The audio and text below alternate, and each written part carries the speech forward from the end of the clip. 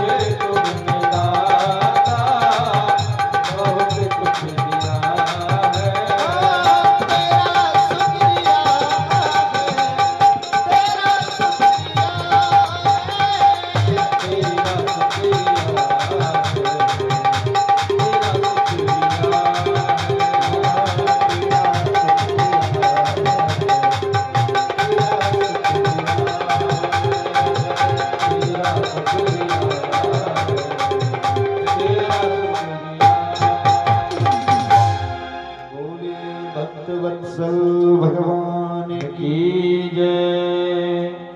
तो श्री गौकर्ण जी कहते हैं नाचेन्द्रस्य सुखम किंचित, पिताजी संसार में कोई भी सुखी नहीं, क्योंकि देहे स्थिमान सुरधीरे भीमतिं त्यजत्वं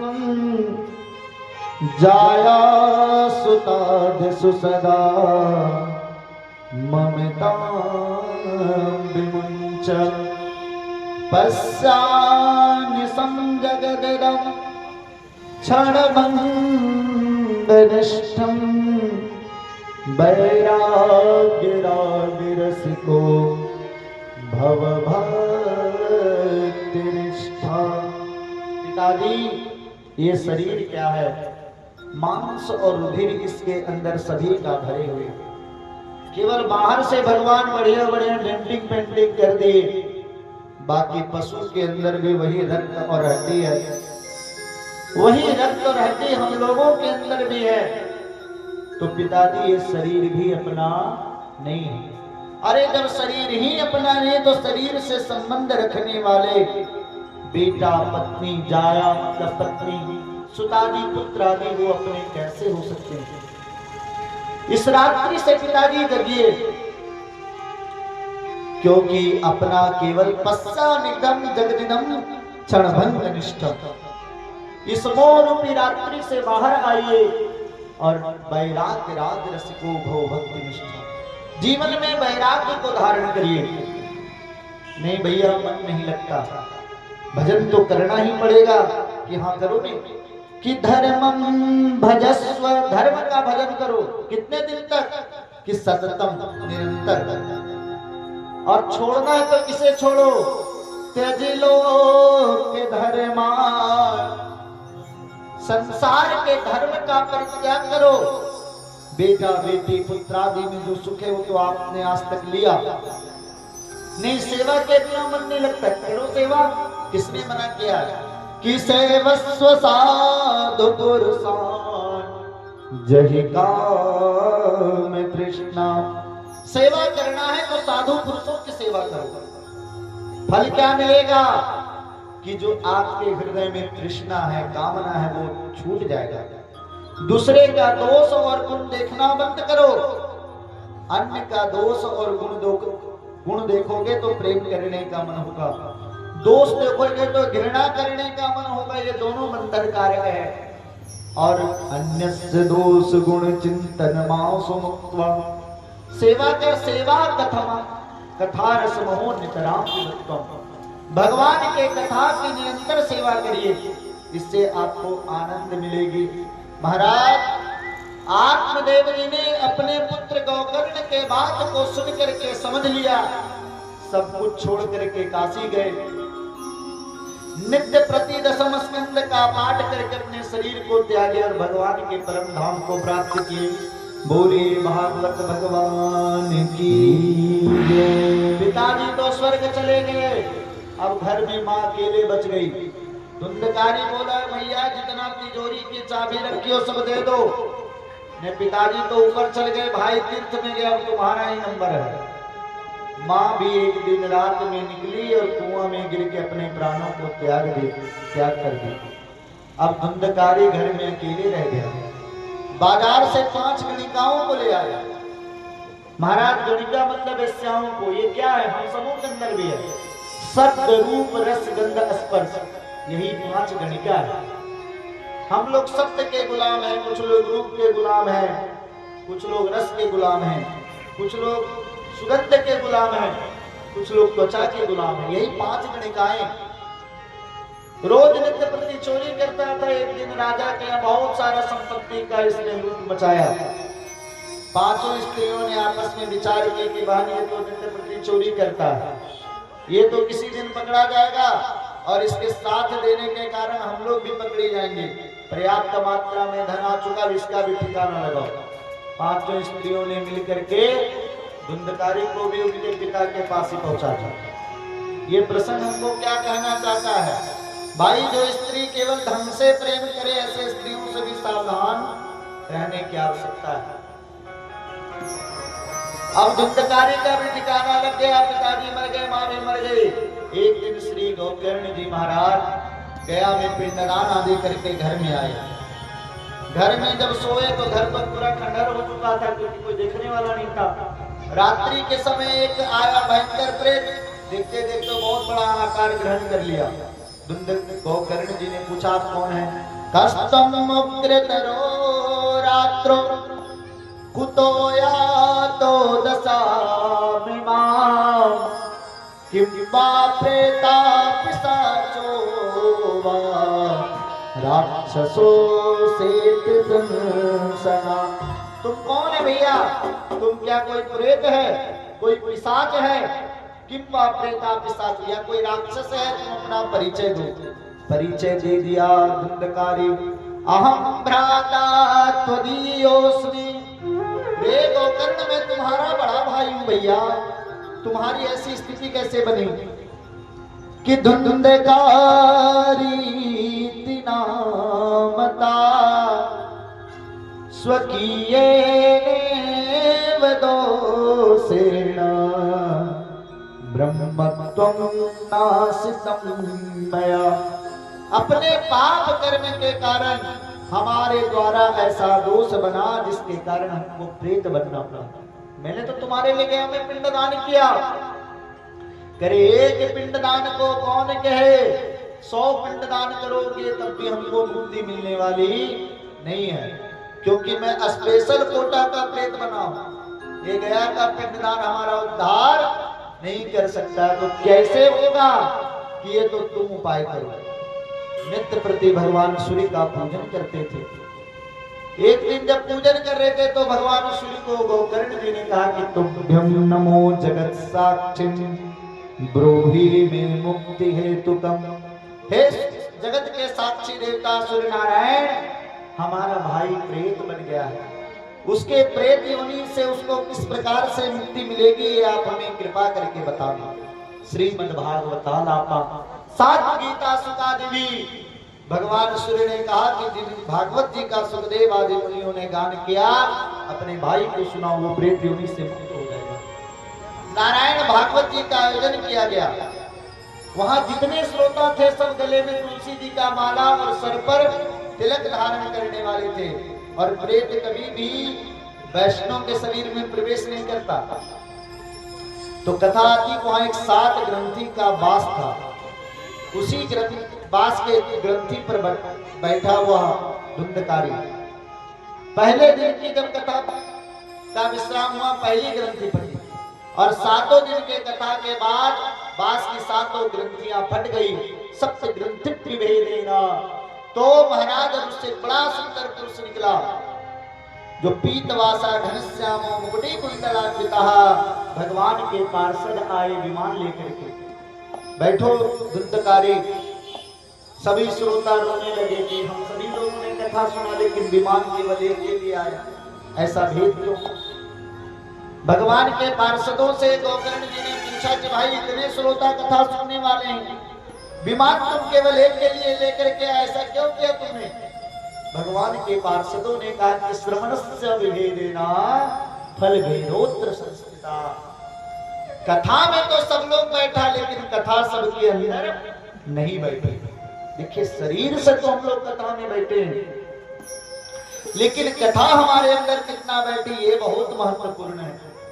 इसलिए गोकर्ण जी केवल विमान एक के लिए। लेकिन देखिए पुण्य कभी समाप्त नहीं होता, पुण्य का फल जरूर मिलता है, कुछ समय के बाद मिले। सब श्रोता रोने लगे, हम लोगों का उद्धार कैसे हुआ? कि दोबारा फिर से मैं आयोजन करता हूँ, इस बार मत चुपना, न चुपते रह जाओगे। सभी श्रोताओं ने कहा कि बीच कथा में उठना बंद, बीच में पानी पीना बंद, बीच में आना बंद। सभी लोगों ने बड़ा नियम से कथा को श्रवण किया। और जब भागवत जी की कथा का विश्राम हुआ, पूर्णाहुति हुई, तो अयोध्यावासिना पूर्वं यथा रामेण संगता तथा कृष्णेन ते नीता गोलोकम योगी दुर्लभम।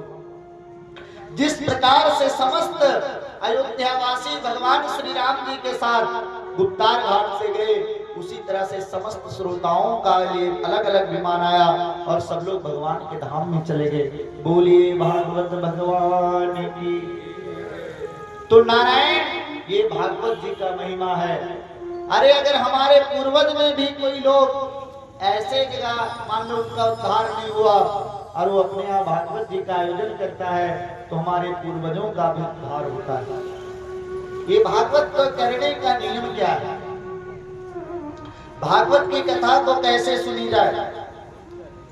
भागवत के लिए कुछ नियम बताए गए हैं। किससे सुनना चाहिए? कि विरक्तो वैष्णवो विप्रो वेद शास्त्र विशुद्ध दृष्टांत कुशलो धीरो वक्ता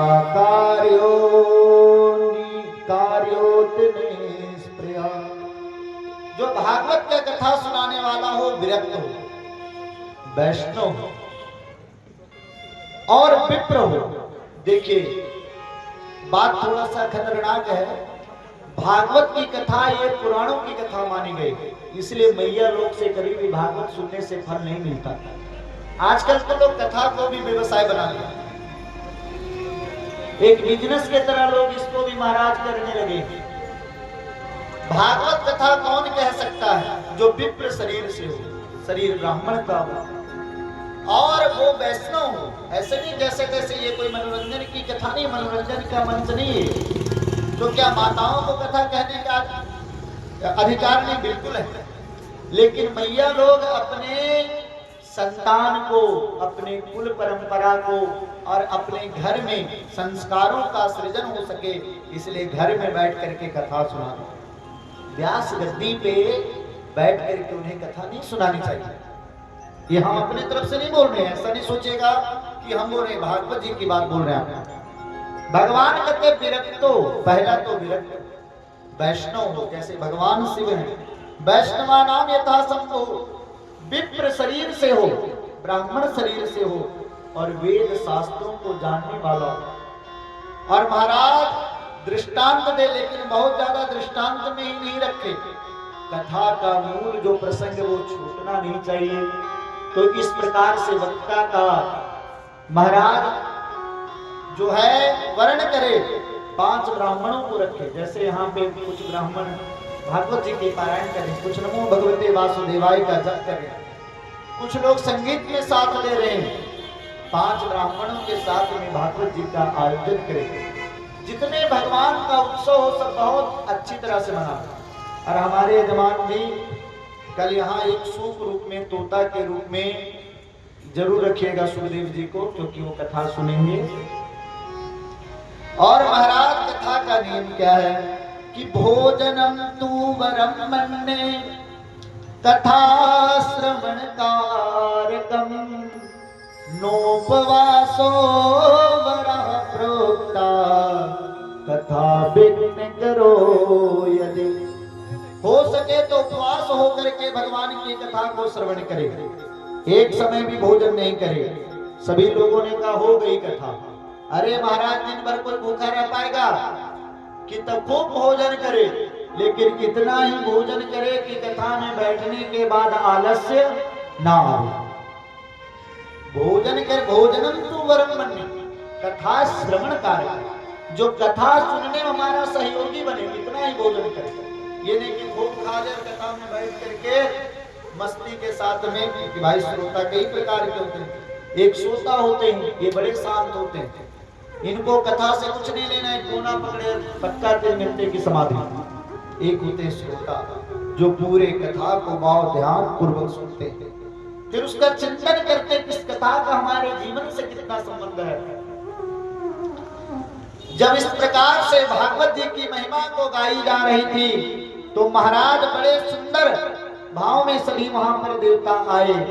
और प्रहलाद स्थालधारी तरल गति तवः चोद्धवः कंसधारी वीणाधारी सुरर्षीश्वर कुशलतया राग करता अर्जुनोर्भुन इंद्रो वादन मृदंगम जय जय सुरकरा कीर्तने ते कुमारा यत्राग्रे भाववक्ता सरस रचनया व्यास पुत्रो बभूवा।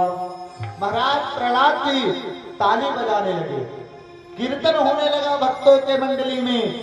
और चौथवा कांसधारी उद्धव जी महाराज झाल बजाने लगे, मंजीरा जिसको बोला जाता है। नारद जी बीड़ा बजाने लगे, बीड़ा धारी सुरसी। और स्वर के जो जानने में निपुण है ऐसे अर्जुन जी बीच बीच में आलाप लेने लगे। इंद्र जो है मृदंग बजाने लगे, इंद्रो वादिम मृदंगम। देवता लोगों को गाने बजाने नहीं आता तो कहते जय हो जय हो, जय जय सुन करा। और कीर्तने के कुमारा, और सनकादि मुनि कीर्तन कराने लगा। ये हम लोग भी कीर्तन करें। आन कुंज में विराजे घनश्याम राधे राधे, कुंज में विराजे घनश्याम, कुंज में विराजे घनश्याम राधे राधे,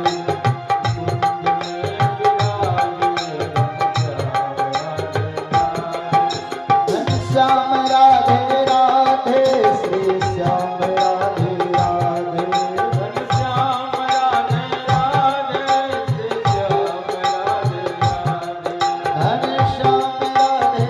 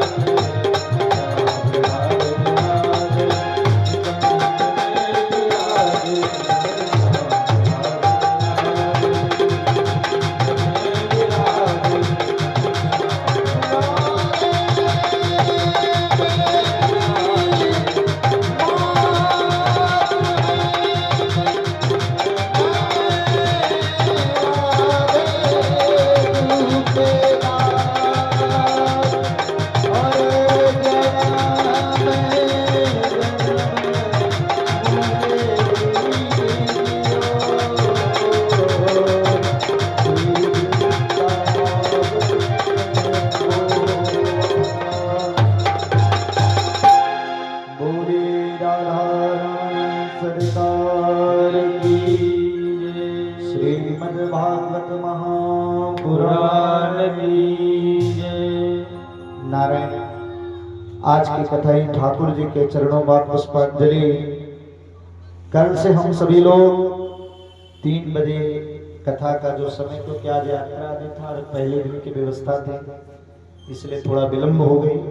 कल से बिल्कुल 3 बजे कथा प्रारंभ हो जाएगी और 3 बजे से जब तक हरी इच्छा सभी लोग आरती में, और हो सके तब आप लोगों को बुरा ना लगे तब चप्पल कम से कम 60 में आप लोग खोल के कथा सुनने के लिए बैठेगा कल से।